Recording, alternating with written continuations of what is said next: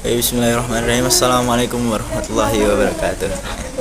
Perkenalkan, nama saya Muhammad Fatul Huda dari kelas 12 IPA 2. Insya Allah saya akan menerangkan tentang kerajaan Islam ya di Sumatera. Jadi awal mula ini terjadi kerajaan Islam di Indonesia itu bermula ketika di Sumatera. Kenapa bisa di Sumatera? Karena ini adalah salah satu jalur perdagangan antar negara di masa itu. Nah, teori ini ada bermacam-macam ya. Ada yang mengatakan 7 Masehi, ada yang mengatakan abad ke-7, ada yang mengatakan abad ke-13. Nah, sedangkan kenapa bisa di Sumatera, yaitu salah satu jalur masuknya Islam ke Indonesia yaitu melalui jalur laut.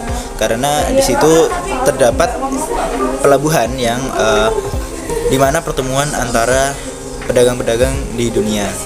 Nah, salah satunya yaitu pedagang dari Arab. Ini menjelaskan tentang teori yang ada, yaitu teori Mekah yang didatangkan langsung para pedagang ini dari Arab. Nah, lalu di sanalah orang-orang pedagang ini tadi melakukan dakwah di Sumatera, tepatnya di pinggiran itu ya, di pesisir.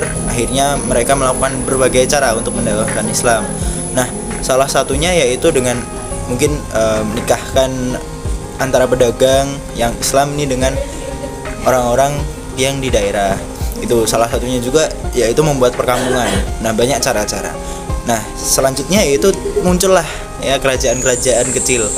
Dari kerajaan kecil ini akhirnya mereka bergabung menjadi satu dan akhirnya terbentuklah 2 kerajaan besar di Sumatera. Jadi yang saya akan jelaskan ini yaitu tentang kerajaan Islam di Sumatera. Khususnya ini ada 2, yaitu kerajaan Samudra Pasai dan kerajaan Aceh Darussalam.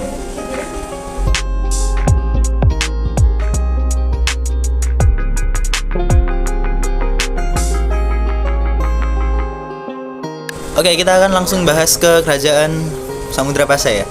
Kerajaan Islam pertama ya, ini pertama kali dibangun ini sekitar abad ke-13. Ada yang mengatakan 13, ada juga yang mengatakan abad ke-7. Nah, raja pertama Samudra Pasai ini yaitu Merah-Silu atau Malik As-Saleh dan Zainal Abidin sebagai raja terakhirnya. Nah, kerajaan Samudra Pasai ini terletak di sekitar kota Lok Sumawe saat ini ya, dan Kabupaten Aceh Utara, Provinsi Aceh. Nah, berbagai masalah ini dilewati oleh kerajaan keturunan Malik As-Saleh ini. Nah, Malik As-Saleh ini juga memiliki seorang putri, Raja Perla, yang telah beragama Islam dan memiliki 2 anak, yaitu Al-Malikus Zahir dan Al-Malikul Mansur. Salah satu raja bernama Malik Al-Zahir pernah berada dalam catatan Ibnu Battuta pada tahun 1345. Oke, diceritakan ini bahwa Malik Az-Zahir ini benar-benar menunjukkan citra sebagai muslim yang ortodoks, yaitu suka mengajak diskusi, mengundang para ahli fikih, serta mengadakan hubungan dengan Persia dan Delhi. Pada tahun 1521, kerajaan Samudra Pasai ini ditaklukkan oleh bangsa Portugis yang kemudian dikuasai selama 3 tahun semenjak tahun 1524. Dan seterusnya kerajaan Samudra Pasai di bawah kekuasaan kerajaan Aceh dengan Sultan Zainal Abidin IV sebagai raja terakhirnya. Nah, di masa Malik Al-Zahir ini merupakan masa-masa kemenangan ya, masa-masa emas dalam kerajaan Samudra Pasai. Nah, mungkin itu sekilas sedikit aja tentang Samudra Pasai, mungkin nanti ada gambar-gambar juga. Oke, selanjutnya kita akan bahas yaitu kerajaan Aceh Darussalam.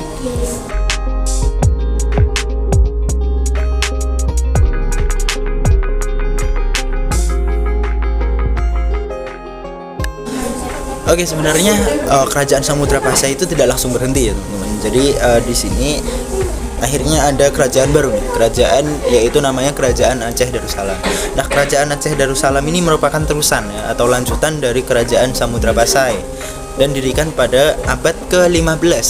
Nah, secara geografis nih, Kerajaan Aceh Darussalam ini terletak di Kabupaten Aceh Besar.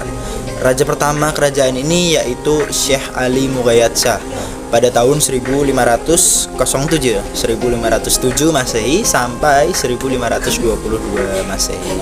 Nah, wilayah kekuasaannya yaitu dari Pidi sampai ke Sumatera Timur. Nah, kerajaan Aceh merupakan puncak kejayaan Islam di Sumatera, tepatnya pada kekuasaan Sultan Iskandar Muda. Di sini semuanya maju ya, pada zaman Sultan Iskandar Muda ini maju dari tahun 1608 Masehi sampai 1637 Masehi. Nah, pada masa tersebut ini kekuasaan kerajaan Aceh ini meliputi pelabuhan di pesisir timur dan barat Sumatera dan Aceh, Tanah Gayo, serta Minangkabau.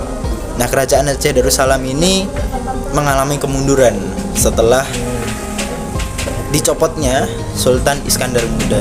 Lama-kelamaan raja dari kerajaan ini bersifat lemah lembut sehingga mudah tergoyahkan dan dengan berbagai masalah ya. Puncak kemundurannya yaitu pada masa penjajahan Indonesia oleh Belanda. Ini di abad ke-19 ya. Perjuangan tetap dilanjutkan oleh keturunan hingga akhirnya Teuku Mayat, ini keturunan terakhir, tewas di Gunung Halimun pada tahun 1910 Masehi. Jadi bisa dikatakan kerajaan di Sumatera akhirnya yaitu di kerajaan Aceh Darussalam pada tahun 1910 Masehi. Mungkin itu penjelasan singkatnya, nanti ada nama-nama daftar kerajaannya juga. Terima kasih yang telah memperhatikan. Wabillahi taufiq wal hidayah. Wassalamualaikum warahmatullahi wabarakatuh.